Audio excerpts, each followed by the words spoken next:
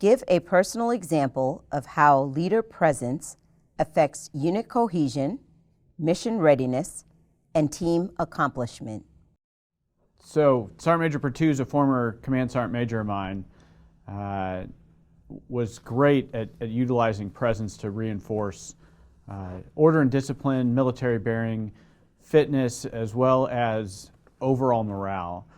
We were in a very difficult JRTC rotation in Louisiana.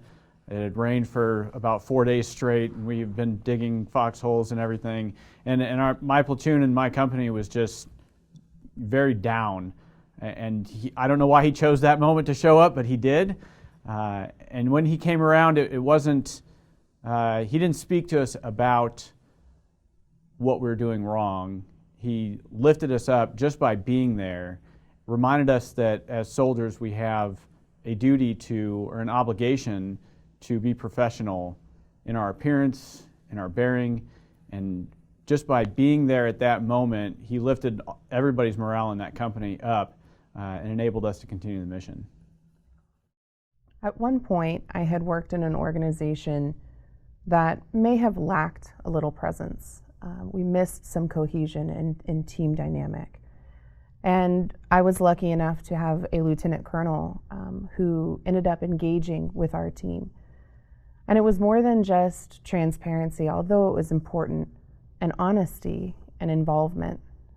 But he came out every day from his office and came into our cubicle area and spoke with us and talked with us and got to know who we were. And that really created a bond of trust and a mutual understanding that was unlike anything we had had before. He had asked for our input and had asked for us to attend pretty big meetings to have insight. So we had a mutual respect for one another, and that really built trust among the group as a whole. So I immediately recall my time when I was serving as an assistant operations officer down at Fort Benning, Georgia.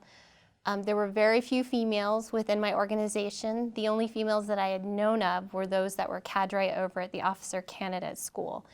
I was about 8.5 months pregnant, and it was April 2015, and it was the first iteration where females were going through Ranger School.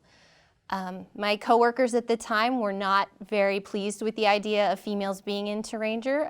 They were all infantry and very proud to be infantry, and openly expressed how displeased they were that females were being invited to attend this school. And I'll never forget, it was Major Zanella at the time, now Colonel Zanella, walked in the door and just immediately put a stop to it. There were choice words, but it was very clear that if the Army decided women were going to be in Ranger School and have the opportunity, we were going to support that.